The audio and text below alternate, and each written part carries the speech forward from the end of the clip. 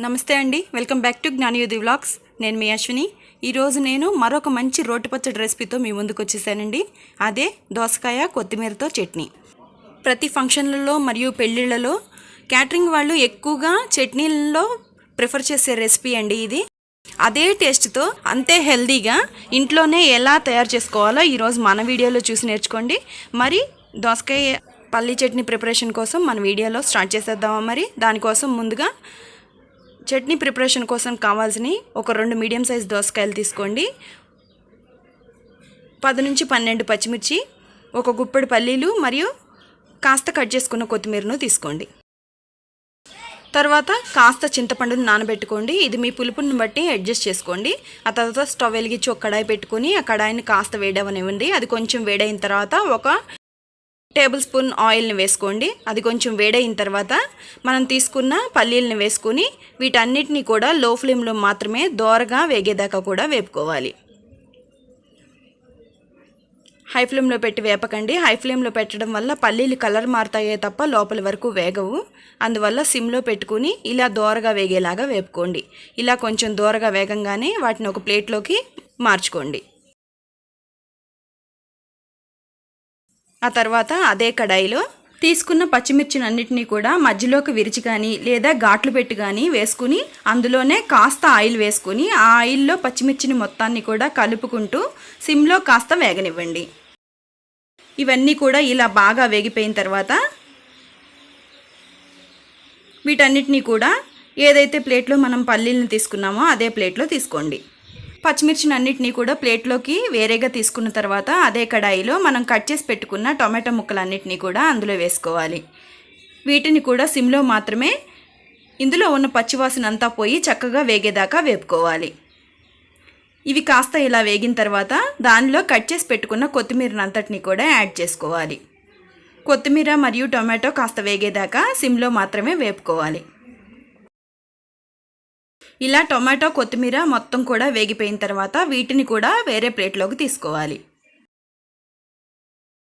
చూడండి, పచ్చిమిర్చి, పల్లీలు, టొమాటో, కొత్తిమీర వీటన్నిటిని మనం ఇప్పుడు వేపుకున్నాము. వీటితో పాటుగా ఒక స్పూన్ గల్లుప్పు మరియు ఒక స్పూన్ జీలకర్ర, ఒక పూర్తి వెల్లిపాయ మరియు నానబెట్టుకున్న చింతపండును కూడా తీసుకోండి. వీటన్నిటిని ఓ ప్లేట్లో తీసుకుని ఆ తర్వాత మనం తీసుకున్న 2 మీడియం సైజ్ దోసకాయలను కూడా ఇలా క్యూబ్స్గా కట్ చేసుకోవాలి. దోసకాయని వేపుకోనక్కర్లేదండి. ఆ తర్వాత రోట్లో దంచుకుందామా మరి చట్నీని. దానికోసం రోట్లో ముందుగా వేపుకున్న పల్లీలన్నిటినీ కూడా వేసుకుని వీటిని కొంచెం కచ్చాపచ్చాగా దంచుకోవాలి. ముందుగా పల్లీలు వేసుకుని దంచుకోవటం వల్ల అవి చక్కగా నలుగుతాయండి. టొమాటోలు దంచిన తర్వాత టొమాటోలతో పాటుగా పల్లీలు వేసినట్లయితే అవి నలగవు. అందువల్ల ముందు పల్లీలు వేసి వాటిని కొంచెం కచ్చాపచ్చాగా దంచుకున్న తర్వాత ఒక స్పూన్ గల్లుప్పుని వేసుకుని దానిని కూడా కాస్త దంచాలి.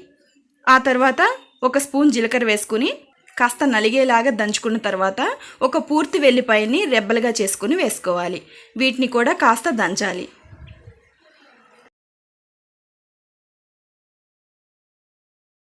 చూడండి, ఇలా ఇవన్నీ కూడా చక్కగా నలిగిపోయిన తర్వాత దీనిలో మనం నానబెట్టి పక్కన పెట్టుకున్న చింతపండును వేసుకుని ఇదంతా కూడా ఇలా మెత్తగా నలిగేలాగా దంచుకోవాలి.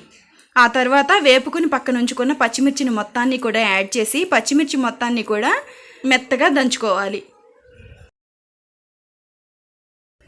ఆ తర్వాత వేపుకుని పక్కన పెట్టుకున్న టొమాటో మరియు కొత్తిమీర మొత్తాన్ని కూడా యాడ్ చేసుకుని దీనిని కూడా మెత్తగా దంచాలి. ఇలా రోట్లో దంచుకున్న దోసకాయ చట్నీ ఎంతో టేస్టీగా ఉంటుందండి. క్యాటరింగ్ వాళ్ళు చేసే దోసకాయ చట్నీ టేస్ట్ కన్నా కూడా ఇలా ఇంకా టేస్టీగా ఉంటుంది. ఒకసారి ఖచ్చితంగా ట్రై చేయండి. అంతా కూడా చక్కటి పేస్ట్ లాగా అయిపోయిన తర్వాత మనం కట్ చేసి పెట్టుకున్న దోసకాయ ముక్కల్ని అన్నిటినీ కూడా అందులో వేసి వాటిని కచ్చాపచ్చాగా మాత్రమే దంచుకోవాలి. ముక్కలేమి క్రష్ అయిపోకుండా ఇలా లైట్గా దంచుకుని చట్నీని ఇంకా సర్వ్ చేసుకోవటమేనండి. అంతేనండి, ఎంతో టేస్టీగా మరియు హెల్తీగా ఉన్నటువంటి దోసకాయ చట్నీ రెడీ అయిపోయినట్లే. ఇప్పుడు ఈ దోసకాయ చట్నీని అంతటినీ కూడా మనం తాలింపు వేసుకుందాం. దానికోసం ఒక స్పూన్ ఆవాలు, ఒక స్పూన్ జీలకర్ర,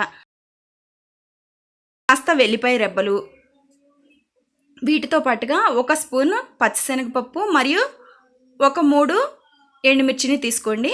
ఆ తర్వాత స్టవ్ వెలిగించి ఒక కడాయి పెట్టుకుని దాన్ని కాస్త వేడవనివ్వండి. ఇది కొంచెం వేడైన తర్వాత ఒక 2 టేబుల్ స్పూన్స్ ఆయిల్ వేసుకుని ఆయిల్ని కొంచెం వేడవనివ్వండి. ఆయిల్ కాస్త హీట్ అయిన తర్వాత దానిలో ఒక 4 వెల్లిపాయ రెబ్బల్ని కాస్త క్రష్ చేసి వేసుకోండి. ఇవి కొంచెం వేగిన తర్వాత ఒక స్పూన్ పచ్చిశనగపప్పును వేసుకుని వాటిని కూడా దోరగా వేగనివ్వండి. ఇవి కొంచెం వేగిన తర్వాత ఒక స్పూన్ జీలకర్ర మరియు ఒక స్పూన్ ఆవాలు వేసుకుని వీటిని కొంచెం వేగనివ్వండి. ఇవన్నీ కూడా కాస్త ఈవెన్గా వేగిపోయిన తర్వాత మాత్రమే ఒక 3 ఎండుమిర్చిని ముక్కలుగా కట్ చేసుకొని వేసుకోండి. ఈ ఎండుమిర్చి ముక్కలు క్రష్ చేస్తే చక్కగా విరిగిపోయేలాగా వేగాలండి. వీటిని కొంచెం వేపుకోండి. కేవలం సిమ్లో మాత్రమే వేపండి. అప్పుడు చక్కటి ఫ్లేవర్స్ రిలీజ్ అవుతూ మంచిగా వేగుతాయి. మీరు ఈ తాలింపులోనే ఇష్టమైన వారు ఇంగువ కూడా యాడ్ చేసుకోవచ్చు. ఇవన్నీ కూడా ఇలా దోరగా వేగిపోయిన తర్వాత ఇందులో ఒక 2 రెమ్మల కరివేపాకును యాడ్ చేసుకోండి. ఇలా వేగిపోయిన తాలింపులో కొంచెం పసుపుని యాడ్ చేసుకోండి. ఇలా తాలింపు అంతా వేగిపోయిన తర్వాత మనం నూరుకుని పక్కన పెట్టుకున్న దోసకాయ చట్నీ మొత్తాన్ని కూడా అందులో యాడ్ చేసుకుని ఒక 2 మినిట్స్ సిమ్లో కొంచెం సేపు వేగనివ్వండి. అంతేనండి, ఎంతో కమ్మనైనటువంటి దోసకాయ చట్నీ క్యాటరింగ్ వాళ్ళు చేసేదానికన్నా కూడా ఎంతో టేస్టీగా మరియు హెల్తీగా ఉండే దోసకాయ చట్నీ రెడీ అయిపోయినట్లే. మీరు కూడా ఈ ప్రాసెస్లో ఒకసారి ట్రై చేసి ఎలా వచ్చిందో నా కామెంట్ సెక్షన్లో కామెంట్ చేయండి.